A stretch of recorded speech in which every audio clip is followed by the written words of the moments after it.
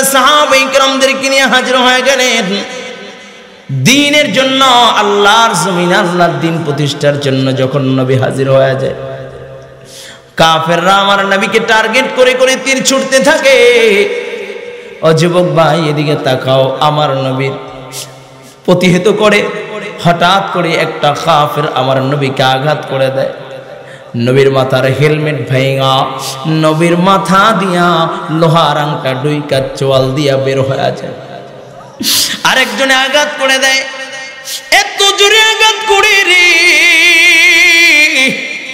আমার নবীর দুইটা দাঁত ভেঙে যায়। নবী আমার উহুদের গুহায় পড়ে যায়। এখানে অনেক হাজি আছে, যে হাজিরা যখন উহুদের গুহার সামনে দাঁড়াইতো, যদি প্রশ্ন করতাম হাজির চোখে কেন পানি, ডাক দেয়া বলতো, হযরত এই যে উহুদের গুহা, এখানে মায়ার নবী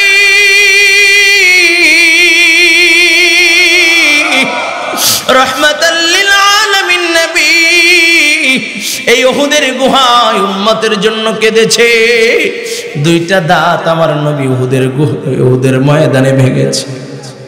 যেই মাত্র আমার নবী উহুদের গুহায় পড়ে যায়, কাফেররা সরায় দেয়, কুতিলা মুহাম্মদ, মুহাম্মদ আর দুনিয়ায় নাই, আমার নবী আর দুনিয়ায় নাই, নবী শহীদ হয়ে গেছে। সাহাবায়ে কেরাম পাগল পারা হয়ে কাফেরদের মাঝে ঝাঁপায়া পড়তেছে। একজন সাহাবী আর একজনকে ডাক দিয়ে বলে, রে নবীর সাহাবী, কার লাইগা বাইচা থাকবি রে? নবী তো নাই, কাকেই চেহারা দেখাইবা? নবী তো দুনিয়ায় নাই। হযরতে আলী বলেন, আমি এই দৃশ্য দেখা নবীর শাহাদাতের সংবাদ শুনি না, আমি একবার যারা শহীদ হয়েছে তাদের কাছে গেলাম, যে দেখি নবী নাই। আবার যারা আহত অবস্থায় পড়ে রয়েছে তাদের কাছে গেলাম, যে দেখি নবী নাই। আবার যারা জীবিত আছে তাদের কাছে গেলাম, যে আল্লাহর নবীকে পাই না। আলী বলেন, আমি সিজদায় পড়ে যাই, আল্লাহ তাআলাকে ডাক দিয়া বলি, মালিক,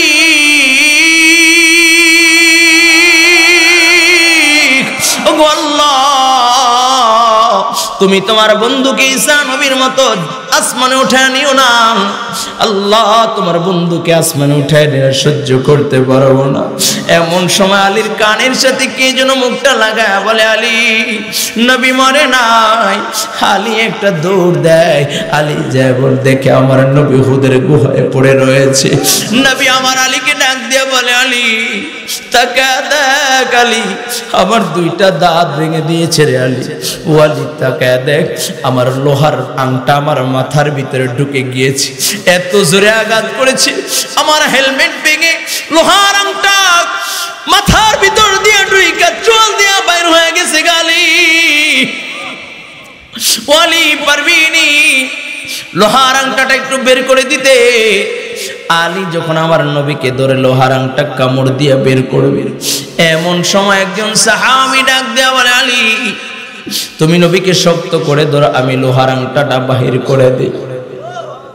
সাহাবী লোহার আংটায় কামড় দিয়ে মন জোরে টান দেয়, সাহাবীর দুইটা দাঁত সাথে সাথে ভেঙে যায়। আবার যখন কামড় দেয় আরো দুইটা দাঁত ভেঙে যায়।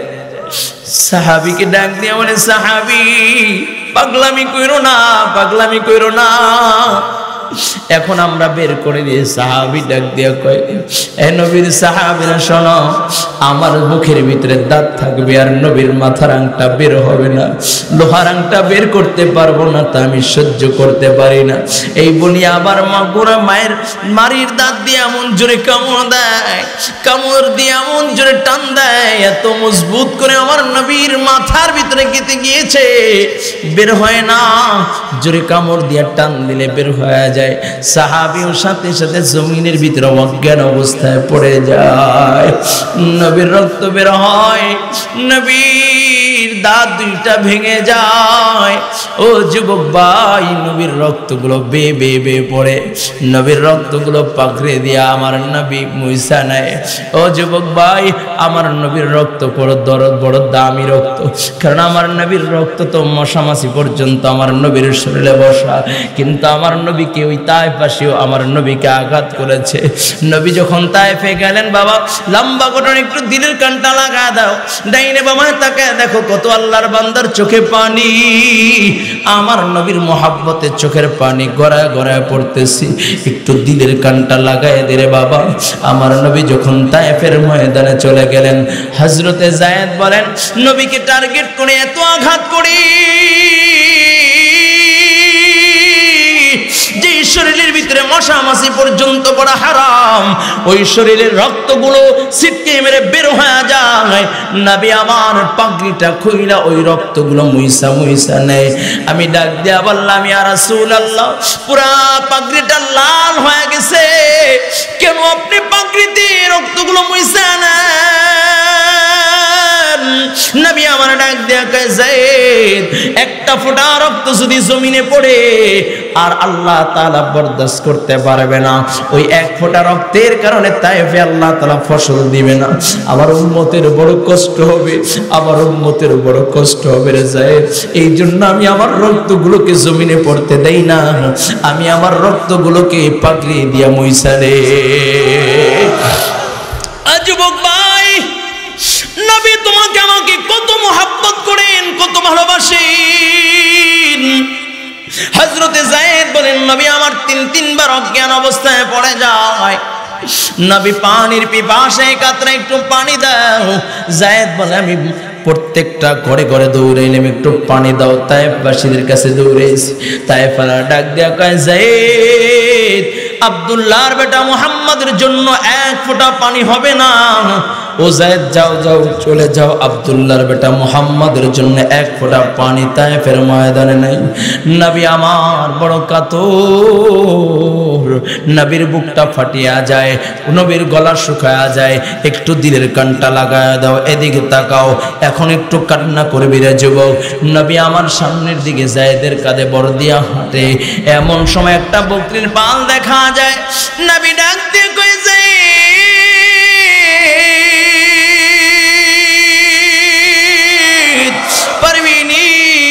ওই বকরির পাল থেকে একটু পানি আমার জন্য, দুধ আনতে, একটা বকরির দুধ দহন করে একটু আমার জন্য নিয়ে আসো। যায়েদ যখন হাজির হয়ে গেলেন, বকরির রাখাল ইহুদিকে ডাক দেয়া বলে, এরে ভাই, একটু দুধ দিবানি? আল্লাহর নবী মুহাম্মদুর রাসূলুল্লাহ পানির পিপাসায় কাতরাইতেছে। বকরির রাখাল ডাক দেয়া কয়, যায়েদ, আমার পালের ভিতরে এমন কোন বকরি নাই যেই বকরি দুধ দিতে পারে, এমন বকরি আমার পালের ভিতরে নাই। ও যায়েদ, যদি আমার পালের ভিতরে দুধওয়ালা বকরি থাকতো আমি তোমাকে অবশ্যই দুধ দিতাম। আল্লাহর নবী ডাক দেয়া কয়, যায়েদ, প্রশ্ন করো, তার বকরি যদি আমাকে দুধ দেয় তার কোনো আপত্তি আসেনি। এমন সময় আল্লাহর নবী সাল্লাল্লাহু আলাইহি ওয়াসাল্লামের সামনে একটা বকরি হাজির করে, যে বকরিটা দুধ হওয়ার সম্ভাবনা নাই। নবী আমার যখন বকরির দিকে হাত বাড়ায়, বকরিটা একবার আমার নবীর চেহারার দিকে তাকায়, একবার আসমানের দিকে তাকায়, আবার রাহমাতুল লিল আলামিনের চেহারার দিকে তাকায়। কিতাবের ভিতরে লেখে, বকরির যদি বাক শক্তি থাকতো তাহলে বকরি এভাবেই আল্লাহর কাছে ফরিয়াদ করতো, আল্লাহ, তোমার বন্ধুকে আমি দাওয়াত দিয়ে নিয়ে আসি নাই, যেহেতু তুমি তোমার বন্ধুকে আমার কাছে পাঠাইছো, আল্লাহ, তোমার বন্ধুকে তুমি খালি হাতে ফিরে দিও না, দিও না, দিও না। আমার শরীরে যতটুকু রক্ত আছে, এই রক্তটুকু দিয়ে তুমি দুধ বানায়া তোমার বন্ধুর সামনে হাজির করে দাও। আমার নবী যখন হাত পাতলেন, এমন সময় তাকা দেখা যায় নবীর সামনে ওই বকরির বানে দুধ চলে আসছে। চিল্লায় আল্লাহু আকবার, আরো জোরে মুমিন আওয়াজে বল আল্লাহু আকবার। হয় না, হয় না, আওয়াজ করে বল আল্লাহু আকবার। ও যুবক ভাই, এমন সময় জিবরাইল আমার নবীর সামনে হাজির। গভীর। জিবরাইল বলে ইয়া রাসূলুল্লাহ ইয়া হাবিবাল্লাহ অনুমতি দেন, তাহলে এই তায়েফের দুই পাহাড়ের মধ্যবর্তী ফালায়া পুরো তায়েফবাসীকে আমরা ধ্বংস করে দিব। নবী আমার ডাক দিয়া বলে জিবরাইল ওরা বুঝে নাই, ওরা বুঝে নাই, ওরা যদি ধ্বংস হয়ে যায় কে পড়বে লা ইলাহা ইল্লাল্লাহ মুহাম্মাদুর রাসূলুল্লাহ। জিবরাইল ওরা বুঝে নাই, ওদেরকে আঘাত করলে আমি মুহাম্মাদুর রাসূলুল্লাহ সহ্য করতে পারবো না। এ যুবক ভাই দিলের কানটা লাগিয়ে দাও রে মুমিন। যেই নবী উম্মতের জন্য এত মায়া, যেই নবী উহুদের ময়দানে রক্ত ঝরাইলেন, তায়েফের ময়দানে রক্ত ঝরাইলেন, নবী আমার উহুদের ময়দানে বড় দুর্বল, নবী আমার দাঁড়াইতে পারেন না। সাহাবায়ে কেরামদের কাঁধে বর করে নবী আমার দাঁড়াইলেন। ডাক দিয়া বলে সাহাবায়ে কেরাম সব লাশগুলোকে একত্রিত করো, বিনা গোসলে দাফন দিবা।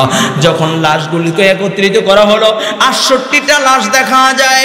68 জন শহীদ হওয়া মরা দেহগুলো পাওয়া যায়। নবী আমার ডাক দিয়া কয় না না আরো 2টা লাশ আছে, বের করো, কারণ আমি গত রাত্রে স্বপ্নে দেখেছি আল্লাহর রাহে 70টা উট আমি কোরবানি করতেছি। এর যুবক ভাই দিলের কানটা লাগা দাও। আল্লাহর নবীর ইন্তেকালের পরে যিনি খেলাফতের মসনদে বসেছিলেন হযরত আবু বকর সিদ্দিক রাদিয়াল্লাহু তাআলা আনহু, নবীর ইন্তেকালের পরে হযরত আবু বকর খলিফা আবু বকর খেলাফতের মসনদে বসেছেন। বিচারকের দায়িত্ব দিয়েছেন হযরত ওমরের হাতে। খলিফা হইল হযরত আবু বকর, বিচারক হইল হযরত ওমর। কত সুন্দর সমাজ ব্যবস্থা। আবু বকর হইল খলিফা, ওমর হইল বিচারক। চিল্লায় কেন আল্লাহু আকবার। দেখতে দেখতে 6 মাস চলে যায়। 6 মাস পর হযরত ওমর ফারুক রাদিয়াল্লাহু তাআলা আনহু আবু বকরের কাছে এসে বলে ভাই আবু বকর আপনি তো আমাকে বিচারকের আসনে বসাইছেন, তবে আমি বিচারকের চেয়ারটা আপনাকে দিয়ে দিতে চাই, আপনাকে হস্তান্তর করলাম। জোরে কোন জোরে কোন। আবু বকর চিন্তায় পড়ে গেলেন, ওমর বিচারকের চেয়ার দিতে চায়, তাহলে ওমর খেলাফতের মসনদে বসতে চায়, কারণ ওমর তো খলিফা হওয়ার যোগ্য, ঠিক কিনা জোরে বলেন? কারণ ওমরের তো সেই যোগ্যতা আছে। কারণ ওমরের ব্যাপারে আমার নবী বলেছেন লাউ কানা বাদি নাবিয়্যান লাকানা ওমর। ইসলাম সে তো পরশমণি, তারে কি পেয়েছি খুঁজি, পরশে যাহার শোনা হলো যারা তাদেরই মোরা বুঝি। বলেছেন হযরত রাসূল শেষ পয়গম্বর, আমার পরে যদি নবী হতো কেউ হতো ঠিক সেই ওমর। অর্ধ পৃথিবীর শাসন করেছেন দুলির তখতে বসি, খেজুর পাতার প্রাসাদে ছিল যাহার বারে বারে গেছে খুশি। শুধু আঙ্গুল হেলুনে শাসন করিতেন এ জগতের, মুহাম্মাদের চরণে রেখেছিলেন সে শামসের। চিল্লায় কোন আল্লাহু আকবার। যার ব্যাপারে আল্লাহর নবী বলেছেন আল্লাহ তাআলা যদি আমার পরে কাউকে নবুয়তি দিত তাহলে ওমরকে আল্লাহ তাআলা নবুয়তি দিত। বলুন সুবহানাল্লাহ। শুধু তাই না, ওমরের মানসা অনুযায়ী, ওমরের চিন্তা অনুযায়ী আল্লাহ পাক রব্বুল আলামিন কুরআনুল কারীমের ভিতরে 21 জায়গা আয়াতে কারিমা পাঠাইছে। বলুন সুবহানাল্লাহ। সে ওমর আয়েশা বলে ও খলিফাতুল মুসলিমিন, আমি বিচারকের চেয়ার আপনাকে দিতে চাই। আমিরুল মুমিনিন হযরত আবু বকর সিদ্দিক ডাক দিয়ে বলে আমার খেলাফতের দায়িত্ব বসলাম, তুমি বিচারকের চেয়ার দিয়ে দিবা। কারণ কি? তাহলে কি খেলাফতের দায়িত্বে বসতে চাও? ও বাবা ভালো করে বসবেন। চেয়ারম্যান হইছে নিজের চেয়ারম্যানিকে ধরে রাখার জন্য কত কৌশল অবলম্বন করে, গুম খুম করতেও একটু দ্বিধা থাকে না, ঠিক কিনা জোরে বলেন? এমপি হইল 3-3 বার বরাবর, কিন্তু রাস্তা 3 বছর আগে যেমন দেখলাম এখনো রয়েছে, ঠিক কিনা জোরে বলেন? ও বাবা ক্ষমতা ধরে রাখার জন্য মানুষের সম্পদ লুটে পড়ে খাইতে পারে, ক্ষমতায় ধরে রাখার জন্য মানুষকে ঘুম খুন করতে পারে, ঠিক কিনা জোরে বলেন? তারপর আমার চেয়ার লাগবে, ক্ষমতা লাগবে। আর আবু বকর ডাক দিয়া বলে, আমার তুমি যে বিচারকের চেয়ার দিতে চাও, তার মানে খেলাফতের দায়িত্ব নিতে চাও, তাহলে আমি আবু বকর তোমাকে খেলাফতের দায়িত্ব দিয়া দিলাম। আমার ডাক দিয়া বলে, ভাই আবু বকর, রে আবু বকর, ও খলিফাতুর রাসূল আবু বকর, খেলাফতের মসনদে বসার জন্য আসি নাই, আমি বিচারকের চেয়ারে জন্যই দিবার জন্য এসেছি। কারণ 6 মাস হয়েছে আমি বিচারকের চেয়ারে বসেছি, এখন পর্যন্ত আমার কাছে একটা বিচার আসে নাই, একটা বিচার আসে নাই। যেই মদিনায় ইসলাম আছে, যেই মদিনায় নবীর আদর্শ আছে, যেই মদিনায় কোরআন দিয়ে রাষ্ট্র চলে, সেই মদিনায় বিচারকের দরকার নাই। তাই তো আমি আমার বিচারকের চেয়ারটা আপনার হাতে হস্তান্তর কইরা ওই সময়টা যায় নামাজে কাটায় আল্লাহ আল্লাহ নামের জিকির করতে চাই। তো ইসলাম আসলে অশান্তি থাকবে না, ঠিক কিনা জোরে বলেন, নাকি ভুল বললাম? ইসলাম আসলে আর কেউ অভাবই থাকবে না। ইসলাম আসলে খুন দর্শন চিন্তাই রাহাজানি হবে না, ঠিক কিনা জোরে বলেন?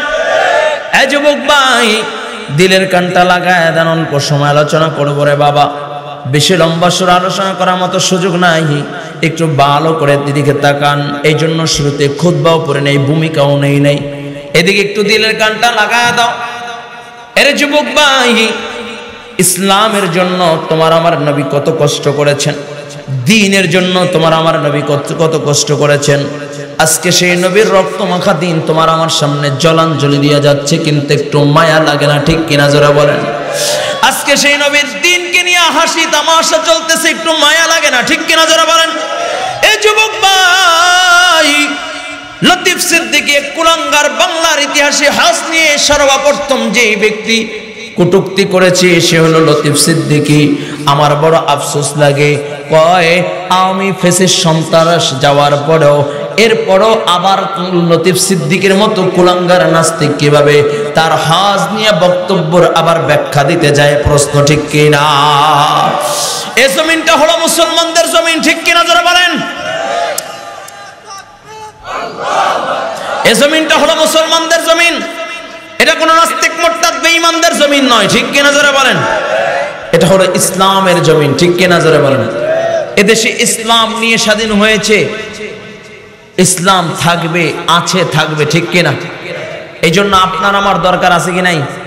নাকি ভোটের রাত্রে ব্যাস একটা লাল কসকসা নোট দিয়ে ব্যাস সব ভুইলা যাব?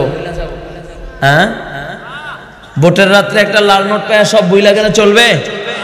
নাকি এখন থেকে ওয়াদাবদ্ধ আর পাক্কা নিয়াত করতে হবে এদেশে ইসলামী ক্ষমতা চাই চাই, ঠিক কিনা ধরেন? ইনশাআল্লাহ। কে কে চান? আল্লাহু আকবার। হাতে তো সোলো ওঠে কেন? কয় হুজুর ইসলামী রাজনীতি এলে তো আর রাত্রবেলা লাল নোট পাইতাম না, নাকি?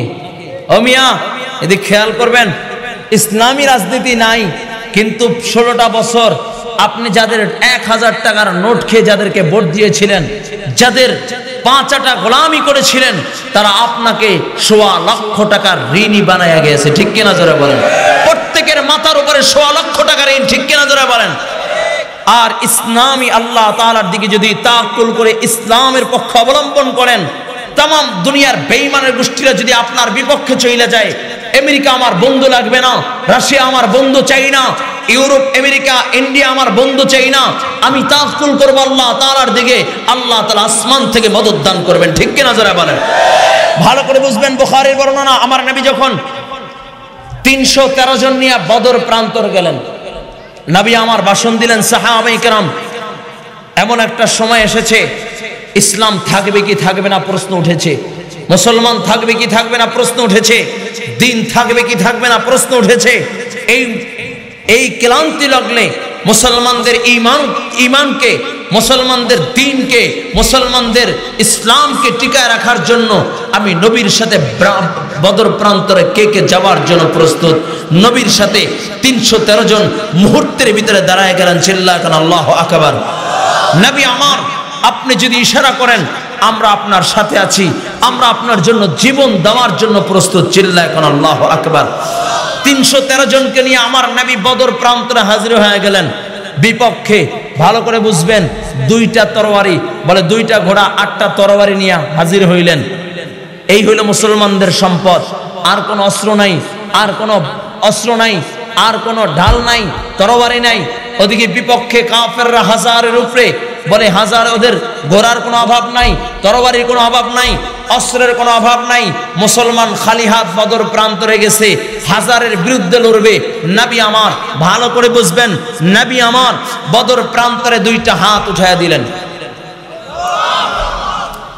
না চলে যাই, আর একটু আস্তে কোন, আল্লাহু আকবার, আরো আস্তে, আরো আস্তে বলেন। আস্তে বললে জোরে হয়, তাহলে আরেকটু আস্তে, আল্লাহু আকবার, মাশাআল্লাহ। তাহলে আস্তেই বললেন, হ্যাঁ, আর জোরে বলার দরকার নেই। খেয়াল করবেন, নবী আমার দুইটা হাত উঠাইয়া দিয়েছেন, দোয়া করতেছেন। দোয়ার সুন্নাত তরিকা হলো বুক বরাবরই হাত উঠানো। নবী আমার বুক বরাবরই হাত উঠাইলেন। সাহাবায়ে কেরাম বলেন, আমরা পিছন থেকে তাকায় দেখি নবীর হাতটা আস্তে আস্তে আস্তে আস্তে উপরের দিকে উঠতেছে, উপরের দিকে উঠতেছে, উপরের দিকে উঠতেছে, উঠতে উঠতে এরকম এত উঁচায় উঠছে। সাহাবায়ে কেরাম বলেন, আমরা পিছন থেকে তাকায় নবীর বগলের নিচের সাদা অংশ দেখতে পাই। নবী আমার বদর প্রান্তরে দুইটা হাত উঠে আল্লাহ তাআলাকে ডাক দিয়ে বলে, আল্লাহ ওগো মালিক, শূন্য হাত কমজোর দুর্বল লোকদেরকে নিয়ে হাজির হয়ে গেলাম, যাদের পেটে খাবার নাই, যাদের ক্ষুধার্ত। আয় আল্লাহ বিপক্ষে, আয় আল্লাহ কাফেররা হাজার হাজার হাজার হাজার সৈন্য। ওগো আল্লাহ, তোমার কাছে আমি মদদ চাই, সাহায্য চাই। আল্লাহ পাক রব্বুল আলামিন বলেন, বন্ধু আমি আসমান থেকে আপনাকে 1000 ফেরেশতা পাঠিয়ে দিলাম। এই যুবক ভাই, ভালো করে বুঝবেন, বদর প্রান্তরে এখন একটা পাহাড় আছে, জাবালে মালায়েকা। যেই পাহাড়ে আল্লাহ তাআলা ফেরেশতা নাজিল করেছিলেন। নবী আমার ডাক দিয়ে বলেন, আল্লাহ গো মালিক, 1000 ফেরেশতা পাঠাইছো, আমি খুশি হইলাম, তবে মাওলা তোমার সাহায্যের দিকে অপেক্ষা করে থাকলাম। আল্লাহ আমি দুর্বলদেরকে নিয়ে, এই হইল আমার পুঁজি, এরা যদি শহীদ হয়ে যায়, কাকে নিয়ে আমি দিনের দাওয়াতি কাজ করব? আল্লাহ পাক রব্বুল আলামিন কয়, বন্ধু টেনশন করেন না, আরো 4000 পাঠায়া আমি আল্লাহ 5000 বানায়া দিলাম। আল্লাহ তাআলা ডাক দেয়া বলে, বন্ধু আমি 5000 ফেরেশতা পাঠায়া দিলাম। কাফেররা তাকায় দেখে, এদিকে তাকাইলে দেখা যায় আবু বকর, ওদিকে তাকাইলে দেখা যায় আবু বকর, এদিকে তাকাইলে দেখা যায় আবু বকর, যেদিকে তাকায় দেখে শুধু আবু বকর, আবু বকর, আবু বকর। চিল্লায় কোন আল্লাহু আকবার। আল্লাহ তাআলা ডাক দিয়া কয়, বন্ধু শুধু ফেরেশতা পাঠাই আমি আপনাকে সাহায্য করেছি তা নয়, বদর প্রান্তরে স্বয়ং আমি আল্লাহ ওই ফেরেশতাদের সাথে, আপনার ওই বদরি কাফিলার সাথে স্বয়ং আল্লাহ আমি বদর প্রান্তরে হাজির হয়ে গিয়েছিলাম। আরো জোরে বল আল্লাহু আকবার। এই যুবক ভাই, মুসলমানদের বড় হাতিয়ার হলো ঈমান, ঠিক কিনা জোরে বলেন। মুমিন যখন আল্লাহর দিকে তাওয়াক্কুল করবে, তাম দুনিয়ার যত বড় শক্তি আছে মুসলমানদেরকে গায়েল করতে পারবে না, ঠিক কিনা জোরে বলেন। যেমনি ভাবে তাকায় দেখেন আফগানিস্তানের দিকে, 20টা বছর পর্যন্ত আমেরিকার বিরুদ্ধে লড়েছে, 20,000 সৈন্য নিয়ে 20টা বছর পর্যন্ত লড়েছে। কয় 20,000 সৈন্যর ভিতরে 20,000 শহীদ হয়েছে, এখনো 20,000 সৈন্য আছে। আল্লাহ তাআলা তাদেরকে বিজয় দিয়েছে, দুনিয়ার কারো কাছে সাহায্য চায় নাই। শুধু তাই না, দুনিয়ার কেউ সাহায্য পাঠায়ও নাই, কেউ সহযোগিতার হাতও বাড়ায়া দেয় নাই। কিন্তু আল্লাহ পাক রব্বুল আলামিন, আল্লাহ পাক রব্বুল আলামিন আফগানিস্তানকে এমন বিজয় দিয়েছে, তাম বিশ্বের ভিতরে এখন রোল মডেল আফগানিস্তান, ঠিক কিনা জোরে বলেন। শুধু তাই না, ফিলিস্তিনের মাটির দিকে তাকায় দেখো, তাম দুনিয়ার কারো সাহায্যের হাত নাই, কিন্তু ফিলিস্তিনি মুসলমান আল্লাহ তাআলার দিকে তাকায় রয়েছে। 70টা বছর পর্যন্ত ইসরায়েলিদের সাথে বুক চটিয়া লড়াই করতেছে। আল্লাহ তাআলার দিকে তাকায়া, মাথার উপরে কোনো ছাদ নাই, থাকার কোনো জায়গা নাই, খাবারের কোনো ব্যবস্থা নাই, বস্ত্র নাই, দুই সন্তানের লাশের জানাজা পড়তেছে। বাবার কোলে সন্তানের লাশ, মায়ের কোলে মেয়ের লাশ। বলে বাবার কন্দে সন্তানের লাশ। শুধু তাই না, বলে একের পর এক লাশের মিছিল। তারপর তারা মাথা নত করে না, এক আল্লাহর দিকে তাকুল করে তাকায় রয়েছে। আর বিজয় তো ফিলিস্তিনিদেরই হবে, ঠিক কিনা? ও যুবক ভাই, এই মেসেজ আমিও দিতে চাই। বাংলার মানুষ মুসলমানদের জন্য আমেরিকার শক্তি দরকার নাই। একদল দেখলাম তাকায়া কয় ট্রাম্প জিতেছে, আমেরিকার ট্রাম্প জিতেছে, এই জন্য তারা বড় আনন্দ। আগে ছিল তাদের বাবা শেখ মুজিব, এখন কয় বাবা ট্রাম্প। কয় ট্রাম্পের ছবি লাগাইয়া রাজপথে নামতেছে আর বাংলাদেশকে ধ্বংস করার চক্রান্ত চলতেছে। স্পষ্ট ভাষায় আমরা বলতে চাই, আমাদের ট্রাম্পের সাহায্য দরকার নাই, আমাদের মোদির সাহায্য দরকার নাই, ইউরোপ আমেরিকার সাহায্য দরকার নাই। মুসলমান কার সাহায্য চায়? আওয়াজ করে মুমিনের আওয়াজ বলো, কার সাহায্য চায়? ও যুবক ভাই, যার সাথে আল্লাহ আছে তার কোনো ভয় আছে না? জোরে জোরে আওয়াজ করে বলো, ভয় আছে নি? ও যুবক ভাই, আমাদের মদতকারী কে? আমাদের সাহায্যকারী কে? ও বাবা, মনে করছিল 41 বছর পর্যন্ত থাকবো, বাহিনী বানাইলাম আমার, র‍্যাব বানাইলাম আমার, পুলিশ বানাইলাম আমার, সব আমার বানাইয়া আল্লাহ কয় যখন নিরপরাধ মানুষগুলোর রক্ত ঝরাইছ, একবার হেফাজতের ময়দানে, একবার পিলখানায়, একবার এরকম বিভিন্ন জায়গায়, যখন দুর্বল ছাত্র ছোট ছোট বাচ্চাদেরকে যখন তুমি আক্রমণ শুরু করে দিলা, মেয়েরা দুর্বল তাদের উপরে যখন আক্রমণ শুরু করে দিলা, ভার্সিটির মেয়েগুলোকে ধরে গণধর্ষণ শুরু করে দিলা, আমি আল্লাহ দুর্বলদের উপরে যখন আক্রমণ শুরু হয়ে যায়, আমি আল্লাহ ছাড় দেই না। আল্লাহ পাক রব্বুল আলামিন 41 বছর থাকতে চেয়েছিল, আল্লাহ তাআলা 15 বছরের মাথায় আল্লাহ তাআলা আউট কইরা দেশ ছাড়া কইরা দিয়েছে, ঠিক কিনা? নাকি ভুল বললাম? এখন এই এতগুলো কথা বললাম, এখন আসেন ইসলামী রাজনীতি যদি হয় তাহলে কেমন হবে? হ্যাঁ, সবাই বলেন কেমন ভালো হবে, বুঝবেন। খলিফাতুল ইসলাম, মুসলমানদের দ্বিতীয় খলিফার নাম কি? জোরে বলেন। ভালো মানুষ না খারাপ মানুষ? ভালো করে বুঝবেন, পৃথিবীর ভিতরে সবচেয়ে জঘন্যতম 2টা মানুষ খারাপ, তার থেকে বেশি খারাপ আর কেউ হতে পারে না। 1 নাম্বার নবী যাকে কতল করেন, 1 নাম্বার নবী যাকে কতল করেন, 2 নাম্বার নবীকে যে কতল করে, ঠিক কিনা? বুঝেন নাই? 1 নাম্বার নবী যাকে কতল করেন, 2 নাম্বার নবীকে যে কতল করে, তার মতো খারাপ আর কেউ হতে পারে না। আমার তো এরকম একজন লোক ছিল। কয় কেমন লোক? কয় আমার আল্লাহর নবীর গর্দান নেওয়ার জন্য নাঙ্গা তরবারি নিয়ে আল্লাহর নবীর গর্দান নেওয়ার জন্য হাজির হয়েছে। নবীর চেহারার দিকে তাকায়া ওমর তরবারি কদমে রেখা কালিমা পড়ে মুসলমান হয়ে গেছে। কয় দাম বাড়ছে কেমন? কয় ওমর মুসলমান হইছে, দাম এত বেড়েছে, কয় ওমরকে শয়তান দেখলো পালায়া যায়, ঠিক কিনা? জোরে বলেন। ওই দ্বিতীয় খলিফা আমার, অর্ধ পৃথিবীর বাদশা আমার নবী মুহাম্মদুর রাসূলুল্লাহর হাতে গড়া বানানো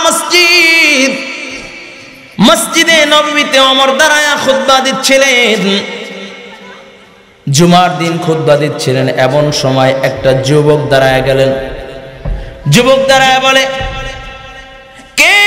আরে যুবক, কি বলবা? যুবক ডাক দিয়ে বলে, খলিফাতুল মুসলিমিন। আগে জবাব দেন, জবাব চাই। জবাব না দেওয়া পর্যন্ত সামনে খুতবা বাড়াবেন না। আল্লাহু আকবার কোন? সারা জীবন তো 5 এইটা গেছেন, হ্যালো আপা আপা আপা, আপনি যেটা কোন হেডেই ঠিক, হ্যাঁ হ্যাঁ হ্যাঁ। আর যুবক দ্বারাই কয় ওমর জবাব চাই। ওমর ডাক দিয়া বলে, যুবক কি জবাব চাও?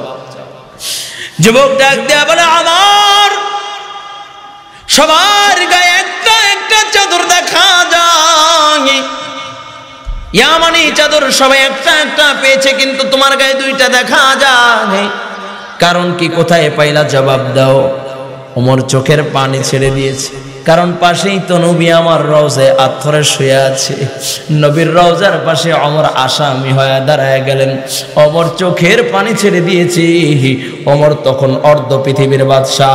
আচ্ছা মনে করেন তো, আপনার এলাকার এমপিকে যদি যায় বলা হইতো এমপি হওয়ার আগে বাড়ি ঘরে ভালো ছিল না, টাকা পয়সা ছিল না, এখন দেখি তোমার সম্পদের কোনো অভাব নাই, এই মোহনগঞ্জ আসতে গেল, এই ধর্মপাশায় আসতে গেল, মাঝে মাঝে বিমান দিয়া এই হেলিকপ্টার দিয়ে আসো, এত টাকা কোথায় পেইলা জবাব দাও, তার কি অস্তিত্ব থাকতো নি? জোরে কোন, জোরে কোন, জোরে কোন।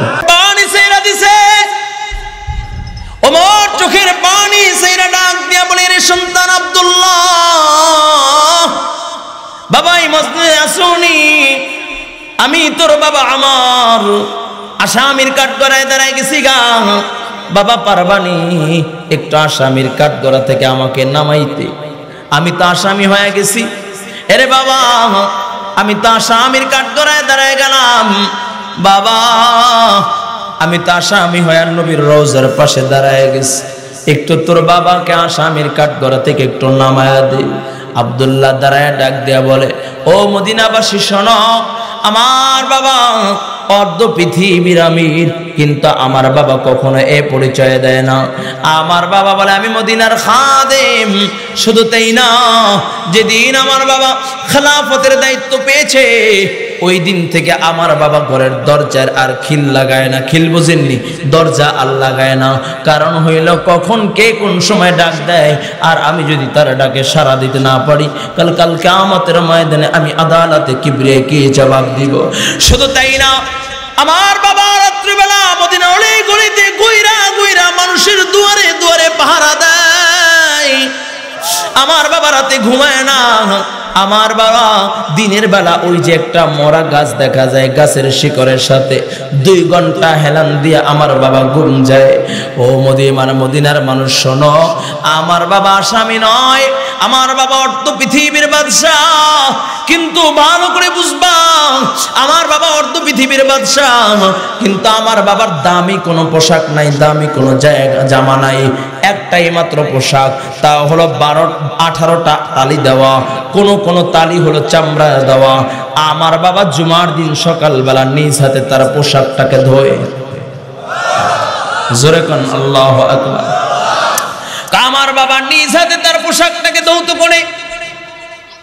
ওই শুধু তাই না, আমার বাবা ওই পোশাক শুকায় ওই জামা গায়ে দিয়া জুমার খুতবা দেন। আজকে দিনভর বৃষ্টি হচ্ছে, আমার বাবা অন্য জুমার দিনের মতো আমার বাবা তার জামাটা নিজ হাতে ধুয়ে দিস। আমার বাবা ওই জামা যখন গায়ে দিয়া জুমার খুতবা দেওয়ার জন্য আসবে, আমি দেখি আমার বাবার জামাটা ভিজা, কোন জামার অংশ দিয়া চামড়া পচা গন্ধ আসে।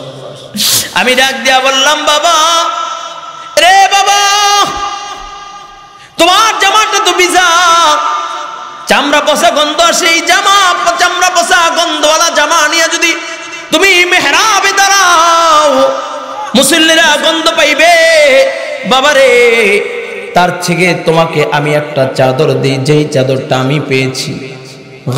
ও বাবা, তুমি একটা চাদর পেয়েছো, তোমার চাদরটা তুমি গায়ে দিবা, আর আমার চাদরটা পরিধান কইরা আজকে জুমার খুতবা দিবা। আমিরুল মুমিনিন ওই চাদর গায়ে দিয়া, নিজের চাদর গায়ে দিয়া, আমি সন্তানের হাদিয়া পাওয়া চাদরটা পরিধান কইরা আজকে নবীর মসজিদে মেহরাবে দাঁড়ায় গেছেন। আমার বাবা কোনো অপরাধী নয়, আমার বাবা কোনো আসামি নয়। যুবকটা একটা দৌড় দিয়ে ঈশা ডাক দিয়ে বলে, আমিরুল মুমিনিন, আজ থেকে শুধু আপনার কথা মানবো আর শুনবো তা নয়, আপনি যতদিন বেঁচে আছেন শুধু আঙ্গুল দিয়ে ইশারা করলেই আমি যুবক আপনার জন্য আমার জীবন পর্যন্ত কোরবান করে দিব। এইটা হলো ইসলামের রাজনীতি, ঠিক কিনা যারা বলেন? যুবক ভাই, ভালো করে বুঝবেন, নবী তোমার আমার সামনে রক্ত মাখা দিন রেখা গেছেন। এই যুবক ভাই, একটু দিনের কানটা লাগা দাও। ওই দিন আজকে তোমার আমার সামনে জলাঞ্জলি দিয়ে যাচ্ছে। ওই দ্বীনের উপরে আক্রমণ চলতেছে, নাস্তিকরা ওই দ্বীনের উপরে আঘাত করতেছে, তোমার দিলে একটু মায়া লাগে না? ঠিক কিনা জোরে বলেন। অথচ তোমার আমার নবী এই দ্বীনের জন্য কত কষ্ট করেছেন, একটু দিলের কানটা লাগা দাও, দেখো দুইটা চোখ ফোটা চোখে পানি আসে কিনা। এই এই আজকের রাতটা আমার আল্লাহর জন্য, তৈরি আছে ইনশাআল্লাহ? আজকের রাতটা আমি কাউকে দিব না, আমার রবের জন্য। চিল্লায় আল্লাহু আকবার। দেখো জীবনে আজকের রাতটা হয়তো আমার জীবনের শেষ রাত্র হতে পারে, ঠিক কিনা জোরে বলেন। আরে যুবক ভালো করে বুঝ, আমার নবী রাহমাতাল লিল আলামিন নবী,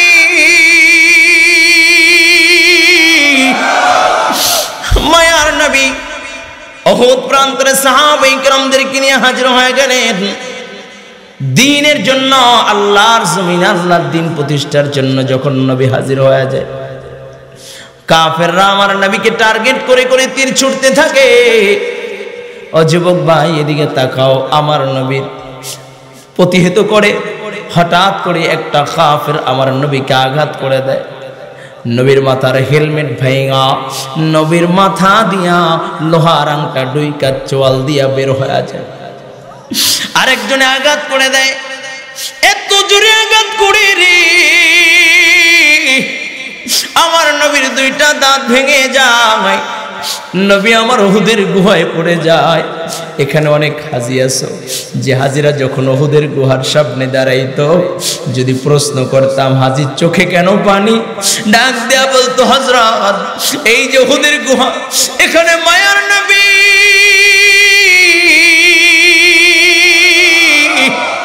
রাহমাতাল লিল আলামিন নবী এই উহুদের গুহায় উম্মতের জন্য কেঁদেছে। দুইটা দাঁত আমার নবী উহুদের ময়দানে ভেঙেছে।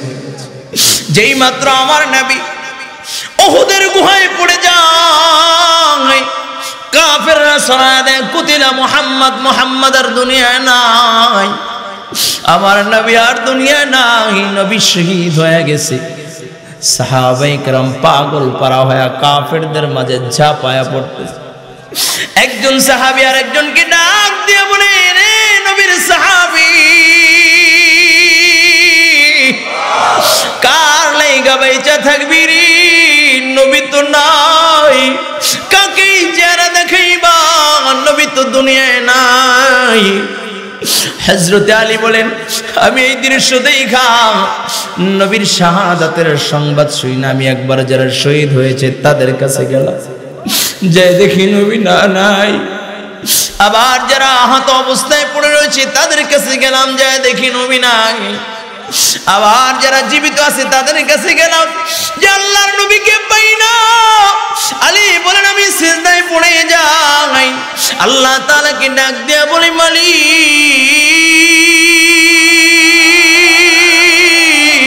ওগো আল্লাহ, তুমি তোমার বন্ধুকে ঈসা নবীর মতো আসমানে উঠায় নিও না।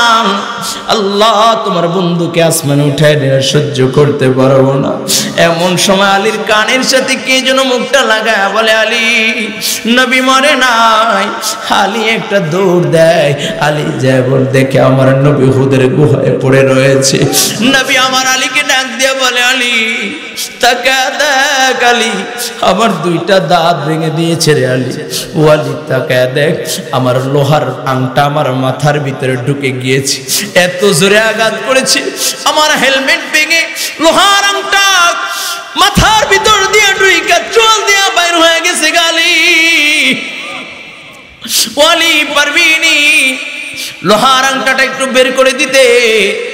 আলী যখন আমার নবীকে ধরে লোহার আংটা কামড় দিয়ে বের করবে, এমন সময় একজন সাহাবী ডাক দেয়া বলে, আলী তুমি নবীকে শক্ত করে ধরো, আমি লোহার আংটাটা বাহির করে দিই। সাহাবী লোহার আংটায় কামড় দিয়ে মঞ্জুর টান দেয়, সাহাবীর দুইটা দাঁত সাথে সাথে ভেঙে যায়। আবার যখন কামড় দেয় আরো দুইটা দাঁত ভেঙে যায়। সাহাবীকে ডাক দিয়ে বলে, সাহাবী পাগলামি কইরো না, পাগলামি কইরো না, এখন আমরা বের করে দিয়ে সাহাবী ডাক দিয়া কয়, এ নবীর সাহাবীরা শোনো, আমার মুখের ভিতরে দাঁত থাকবে আর নবীর মাথার আংটা বের হবে না, লোহার আংটা বের করতে পারবো না, তা আমি সহ্য করতে পারি না। এই বলি আবার মা গোড়া মায়ের মারির দাঁত দিয়ে এমন জোরে কামড় দেয়, কামড় দিয়ে এমন জোরে টান দেয়, এত মজবুত করে আমার নবীর মাথার ভিতরে গেঁথে গিয়েছে, বের হয় না। জোরে কামড় দিয়ে টান দিলে বের হয়ে যায়। সাহাবীও সাথে সাথে জমিনের ভিতরে অজ্ঞান অবস্থায় পড়ে যায়। নবীর রক্ত বের হয়, নবীর দাঁত দুইটা ভেঙে যায়। ও যুবক ভাই, নবীর রক্তগুলো বে বে বে পড়ে, নবীর রক্তগুলো পাকড়ে দিয়া আমার নবী মুইসা নেয়। ও যুবক ভাই, আমার নবীর রক্ত বড় দামি রক্ত, কারণ আমার নবীর রক্ত তো মশামাছি পর্যন্ত আমার নবীর শরীরে বসা। কিন্তু আমার নবীকে ওই তায়েফবাসীও আমার নবীকে আঘাত করেছে। নবী যখন তায়েফে গেলেন, বাবা লম্বা ঘটনা, একটু দিলের কানটা লাগা দাও, ডাইনে বামায় তাকায় দেখো কত আল্লাহর বান্দার চোখে পানি। আমার নবীর মহাব্বতে চোখের পানি গড়ায় গড়ায় পড়তেছি, একটু দিলের কানটা লাগায় দে রে বাবা। আমার নবী যখন তায়েফের ময়দানে চলে গেলেন, হযরতে যায়েদ বলেন, নবীকে টার্গেট করে এত আঘাত করি যে শরীরের ভিতরে মশা মাছি পর্যন্ত পড়া হারাম, ওই শরীরের রক্তগুলো ছিটকে মেরে বের হয়ে যায়। নবী আমার পাগড়িটা খুইলা ওই রক্তগুলো মুইসা মুইসা নেয়। আমি ডাক দিয়া বললাম, ইয়া রাসূলুল্লাহ, পুরা পাগড়িটা লাল হয়ে গেছে, কেন আপনি পাগড়িতে রক্তগুলো মুইসা নেন? নবী আমার ডাক দিয়া কয়, যায়েদ, একটা ফোঁটা রক্ত যদি জমিনে পড়ে আর আল্লাহ তাআলা বরদাস্ত করতে পারবে না, ওই এক ফোঁটা রক্তের কারণে তায়েফে আল্লাহ তাআলা ফসল দিবে না। আমার উম্মতের বড় কষ্ট হবে, আমার উম্মতের বড় কষ্ট হবে রে যায়েদ। এই জন্য আমি আমার রক্তগুলোকে জমিনে পড়তে দেই না, আমি আমার রক্তগুলোকে পাগড়ি দিয়া মুইসা রে। যুবক ভাই, নবী তোমাকে আমাকে কত মোহাব্বত করেন, কত ভালোবাসেন। হযরতে যায়েদ বলেন, নবী আমার তিনবার অজ্ঞান অবস্থায় পড়ে যায়। নবী পানির পিপাসায় কাতরা, একটু পানি দাও। যায়েদ বলে, আমি প্রত্যেকটা ঘরে ঘরে দৌড়াইলাম, একটু পানি দাও। তায়েফবাসীদের কাছে দৌড়েছি। তায়েফারা ডাক দেয়া কয়, যায়েদ, আব্দুল্লাহর বেটা মুহাম্মাদের জন্য এক ফোঁটা পানি হবে না। ও যায়েদ, যাও যাও, চলে যাও, আব্দুল্লাহর বেটা মুহাম্মাদের জন্য এক ফোঁটা পানি তায়েফের ময়দানে নাই। নবী আমার বড় কাতর, নবীর বুকটা ফাটিয়া যায়, নবীর গলা শুকায়া যায়। একটু দিলের কানটা লাগায় দাও, এদিকে তাকাও, এখন একটু কান্না করবি রে যুবক। নবী আমার সামনের দিকে যায়েদের কাঁধে বড় দিয়া হাঁটে। এমন সময় একটা বকরির পাল দেখা যায়। নবী ডাক দিয়ে কই,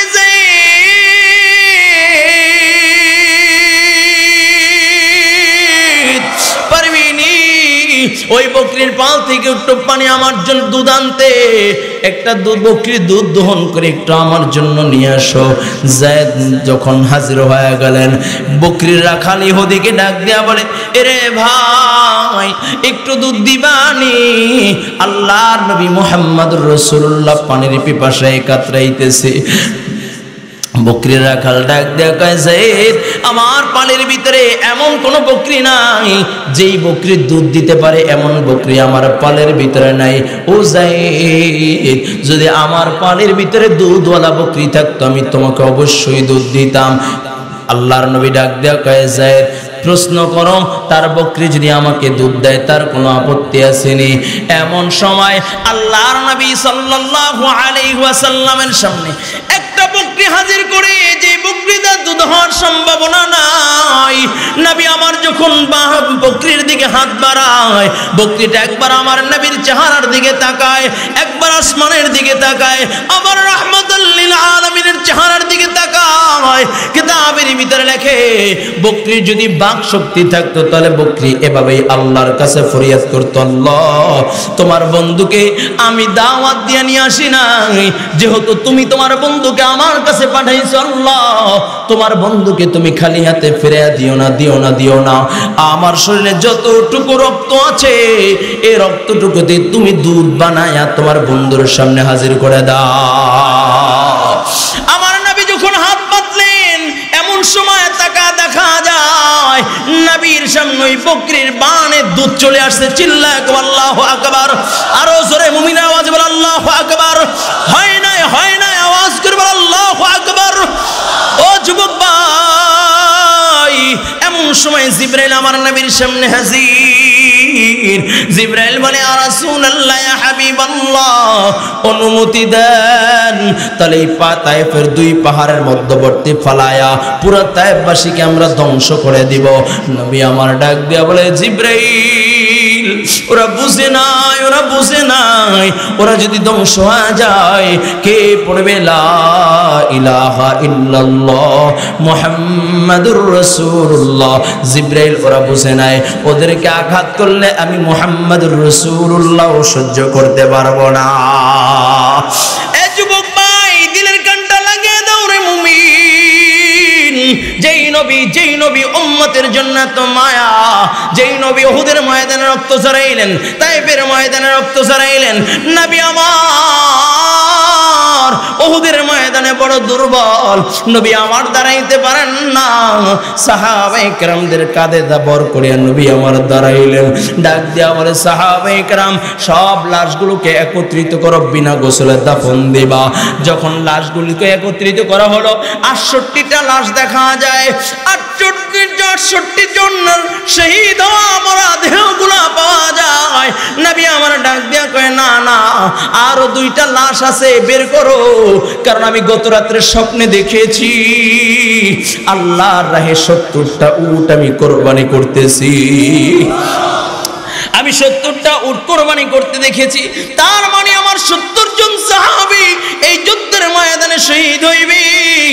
68 জন নয়, আরো 2টা লাশ আছে, খুঁজে বের করো। এমন সবাই সাহাবায়ে কেরাম খোঁজা শুরু করে দিলেন।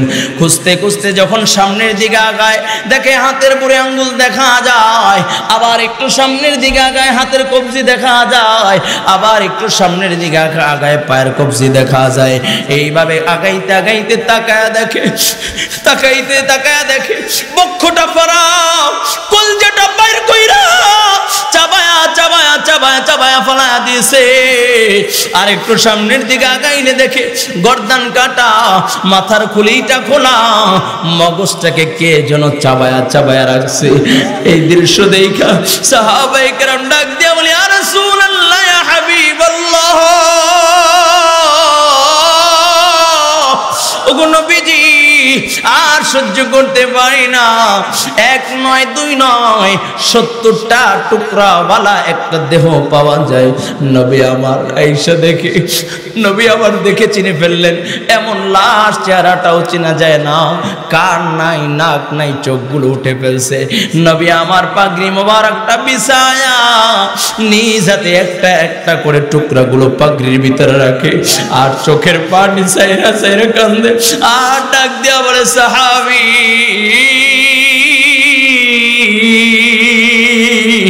এটা সাধারণ কোন লাশ নয়, এটা হলো আমার চাচা আমির হামজার দেহ। আমার চাচাকে নির্মমভাবে ওরা হত্যা করেছে। ও যুবক ভাই, 69টা লাশ যখন একত্রিত হইল, নবী আমার ডাক দেয়া কয় সাহাবায়ে কেরাম বিনা গোসলে দাফন দিবা। এমন সময় তাকা দেখে কে যেন লাল বেনারসি পইরা পাগল বেশাওনাকে শহীদের ময়দানে হাজির হয়ে যাচ্ছে। দৌড়ে দৌড়ে লাল নিশান উড়ায় ওরা আমার নবীর সামনে হাজির। নবী নবীকে ডাক দিয়া বলে ইয়া রাসূলুল্লাহ ইয়া হাবিবাল্লাহ, ওগো নবীজি সকলকে বিনা গোসলে দাফন দিল, আমার স্বামীকে বিনা গোসলে দাফন দিবেন না। নবী আমার ডাক দিয়া কয় তোমার নাম কি, কি তোমার পরিচয়, কে তোমার স্বামী? বলে ইয়া রাসূলুল্লাহ ইয়া হাবিবাল্লাহ, আমাকে চিনবেন না, আমি হইলাম আপনার প্রিয় সাহাবী হানজালার বিবি। ওগো নবীজি যাকে আপনি গতকালকে বিবাহ পড়ায়া ফুলসজ্জার রাত্রে দিয়ে আসছিলেন, বাসর ঘরে দিয়ে আসছিলেন, আমি হইলাম আপনার ওই হানজালার বিবি। নবী ডাক দিয়ে আমার হানজালা কোথায়? কয় ইয়া রাসূলুল্লাহ ইয়া হাবিবাল্লাহ, আমি আর হানজালা কি বিছনায় শোয়া, হানজালার ফরজ গোসল হয়েছে। আপ যেই মাত্র শুনেছে উতিলা মুহাম্মদ আল্লাহর নবী আর নাই, নবী উহুদের ময়দানে শহীদ হয়ে গেছে।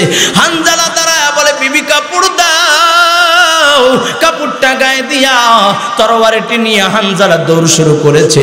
আমি খপ করে জামাটা ধরে ফেললাম, ডাক দিয়া বললাম প্রাণের স্বামী আমার, আপনি তো নাপাক, আপনার তো গোসল ফরজ হয়ে গেছে, এই অবস্থায় আবার তরবারি নিয়ে কই যান?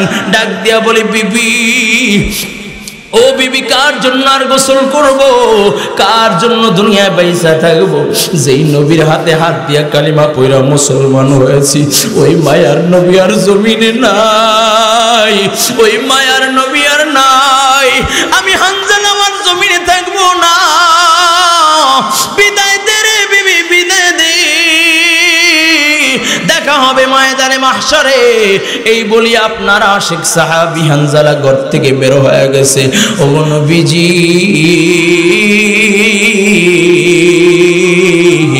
আপনার হানজালাকে গোসল ছাড়া দাফন দিয়েন না।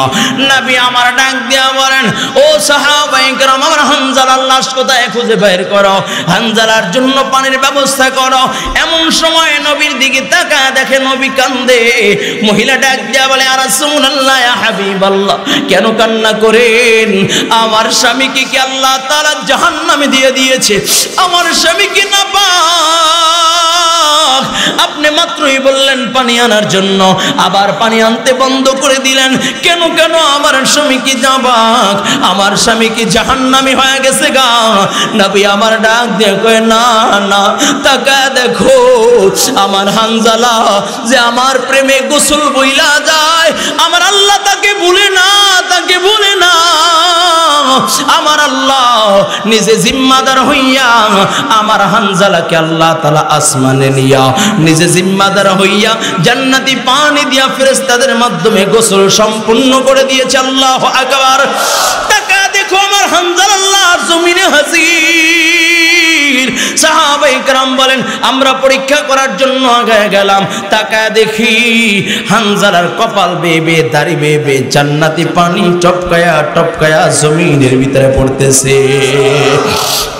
ও যুবক ভাই, যারা নবীর প্রেমে গোসল বইলা যায়, যারা নবীর জন্য জীবন দিয়া দেয়, আল্লাহ তাআলা তাদেরকে ভুলে নাই।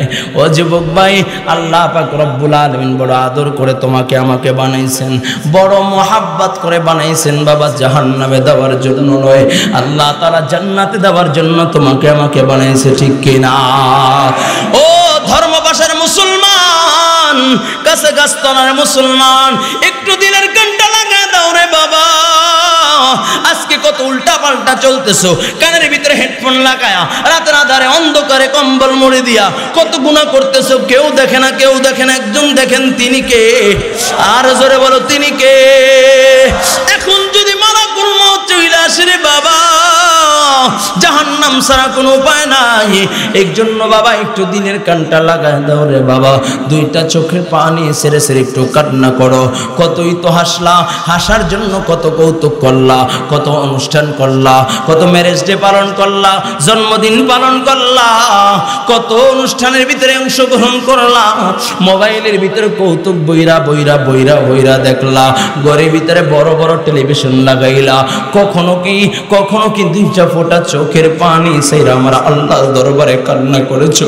একটু দেখো দুইটা ফোঁটা চোখের পানি আসে কিনা। এই দুইটা ফোঁটা চোখের পানি যদি ফেলতে পারো মুমিন, এই দুইটা ফোঁটা চোখের পানি কিয়ামতের ময়দানে নাজাতের জরিয়া হয়ে যাবে রে বাবা।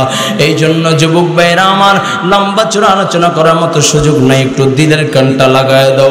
তোমার আমার আল্লাহ তোমাকে আমাকে কত দরদ মোহাব্বত করে বানাইছেন।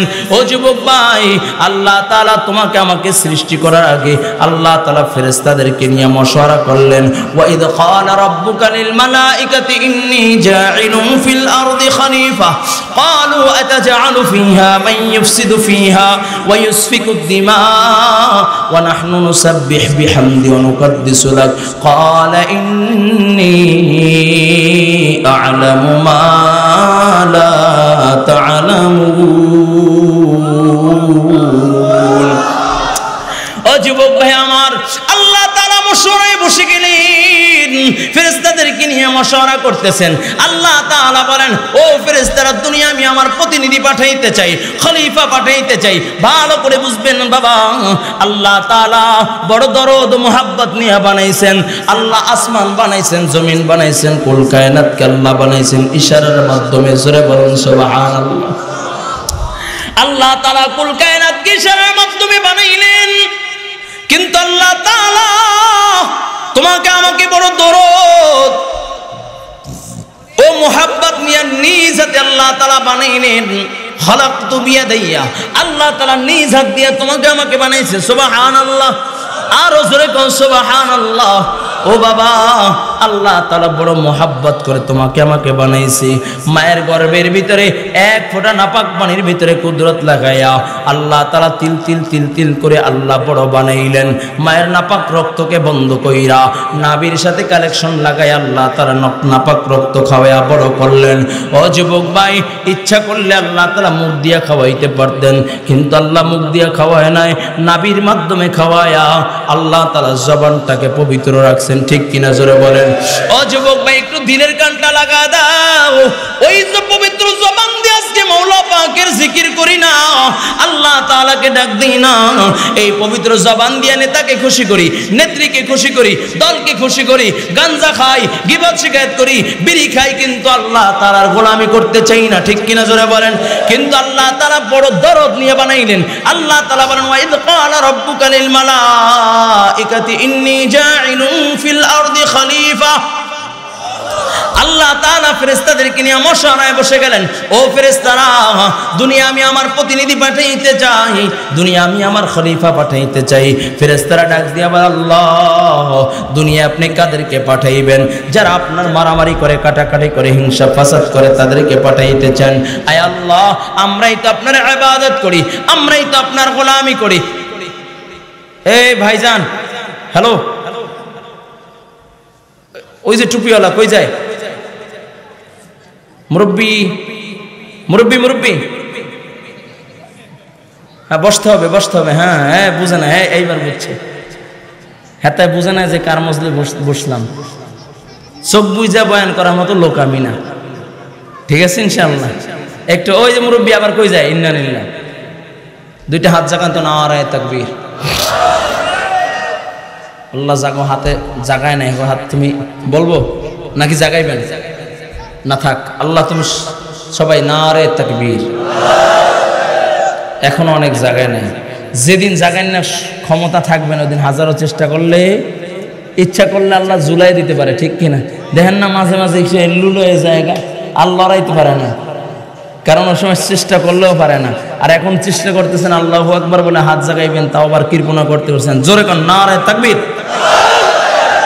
ওই এখনো অনেকে জাগায় না।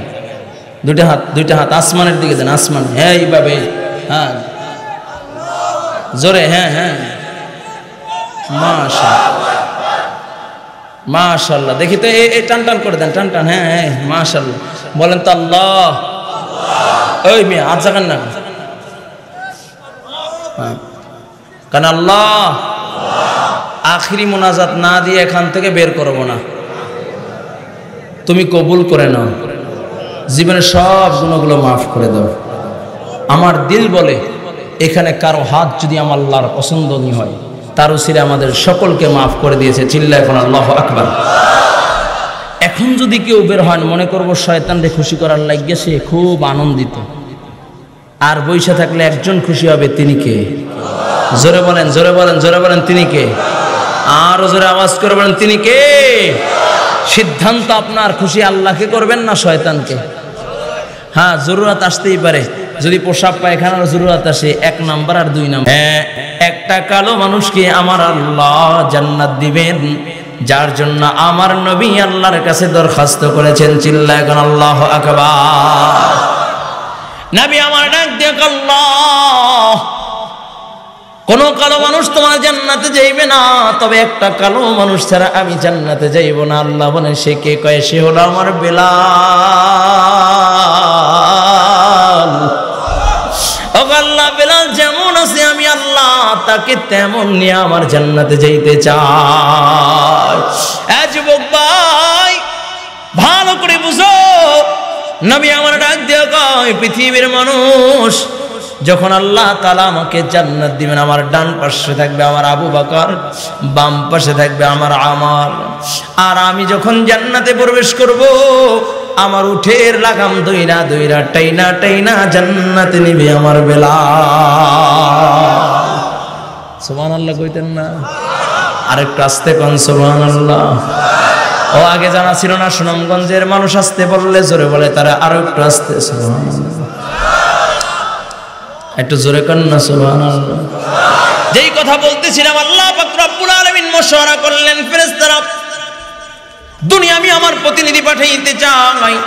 ফেরেশতারা ডাক দেয়া বলে, আল্লাহ, আমরাই তো আপনার গোলামি করি, আমরাই তো আপনার ইবাদত করি, কাদেরকে দুনিয়া পাঠাইতে চান? যারা মারামারি করবে, কাটাকাটি, হিংসা ফাসাদ করবে, তাদেরকে দুনিয়া পাঠাইতে চান। আয় আল্লাহ, আমরাই আপনার গোলামি করি। প্রশ্ন হইতে পারে, হুজুর ফেরেশতারা কেমন আল্লাহর গোলামি করে? একটু দিকে তাকাও। এ মিয়া, ফেরেশতারা কি পরিমাণ আল্লাহর গোলামি করে জানোনি? কোন কোন ফেরেশতাকে আল্লাহ তাআলা বানায়া বলছে, তুই দাঁড়া দাঁড়া তেলাওয়াত করবি, শুধু দাঁড়া দাঁড়া তেলাওয়াত করে। কোন কোন ফেরেশতাকে আল্লাহ বানায়া বলছে, তুই শুধু রুকু দিয়া বলবি সুবহান রাব্বিয়াল আযীম, সুবহান রাব্বিয়াল আযীম, শুধু সুবহান রাব্বিয়াল আযীম বলবে। কোন কোন ফেরেশতাকে আল্লাহ বানায়া বলছে, তুই সিজদা দিয়া সুবহান রাব্বিয়াল আলা পড়বি, ও শুধু সুবহান রাব্বিয়াল আলা পড়ে। এই যুবক ভাই, ভালো করে বুঝো, ফেরেশতা তারা প্রশ্ন হইতে পারে, হুজুর ফেরেশতা কত পরিমাণে আল্লাহ বানাইছেন? নবী আমার তার হায়াতের জিন্দেগিতে 2টা সফর করেছেন। কয়টা? কয়টা? যেই 2টা সফর গুরুত্বপূর্ণ সফর। 2টা সফর মক্কা থেকে শুরু হয়েছে। একটা হলো মক্কা থেকে মদিনায়, আর একটা হলো মক্কা থেকে আরশে আজিমে।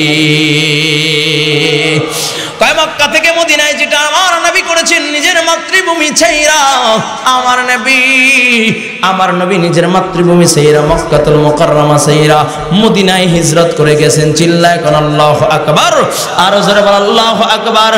আর একটা সফর আমার নবী করেছেন, যেটা হলো রাতের আধারে আল্লাহ পাক রব্বুল আলামিন মক্কা থেকে সোজা আল্লাহর আরশে আজিমে নিয়েছেন। চিল্লায় কোন আল্লাহু আকবার।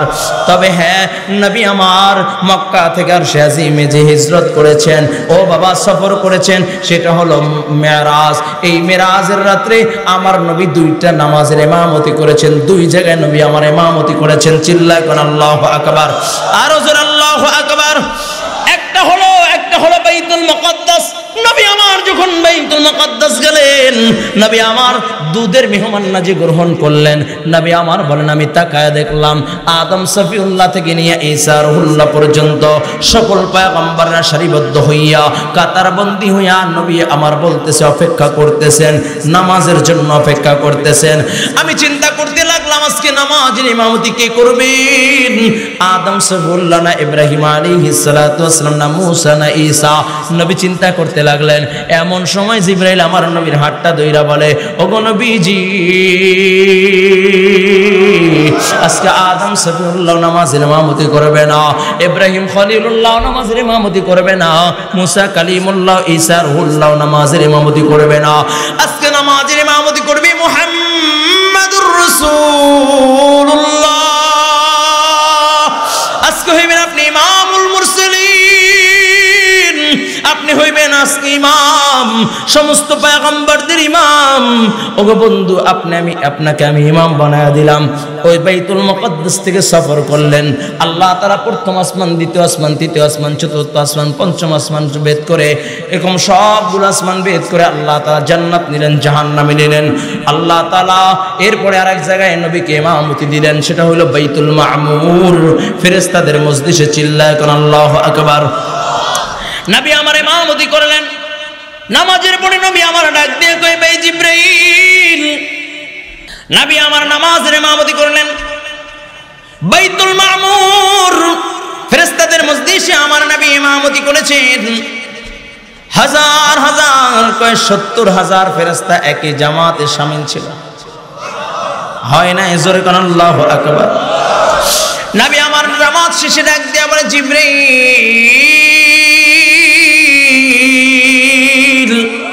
এই জামাতে কতজন শামিল ছিল? জিবরাইল বলে, ইয়া রাসূলুল্লাহ, ইয়া হাবিবাল্লাহ, 70,000 ফেরেশতা একই সাথে জামাতে নামাজ পড়েছে।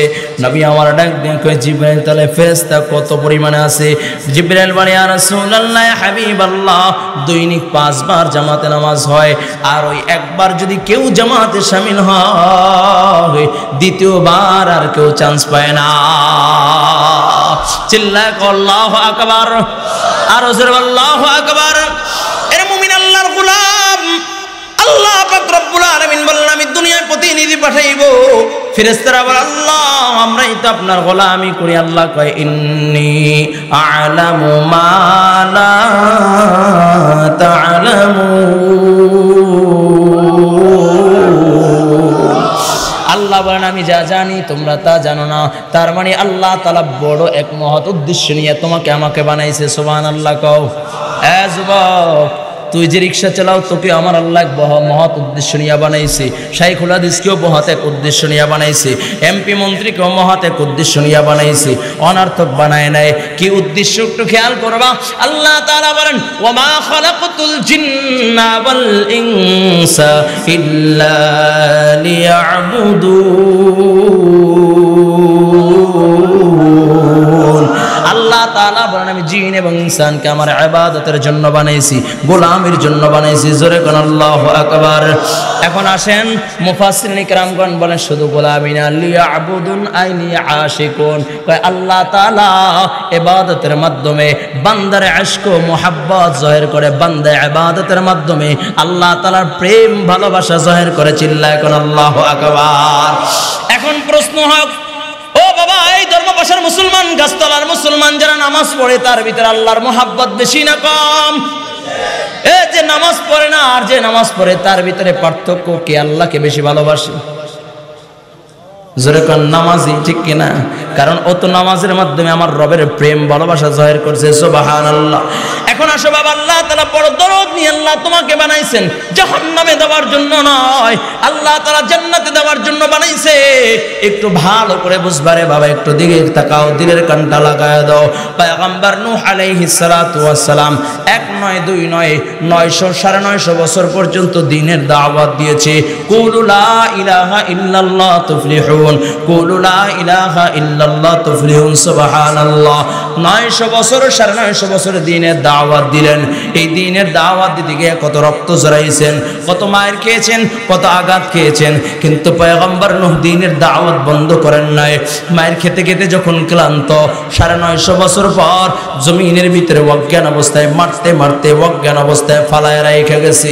পয়গম্বর নূহ আলাইহিস সালাতু ওয়াস সালাম হুশ পেয়ে আসমানের দিকে তাকায় বলে, আল্লাহ ক্বালা নূহুর রাব্বি লা তাযরা আলাল আরদি মিনাল কাফিরিনা দাইয়ারা।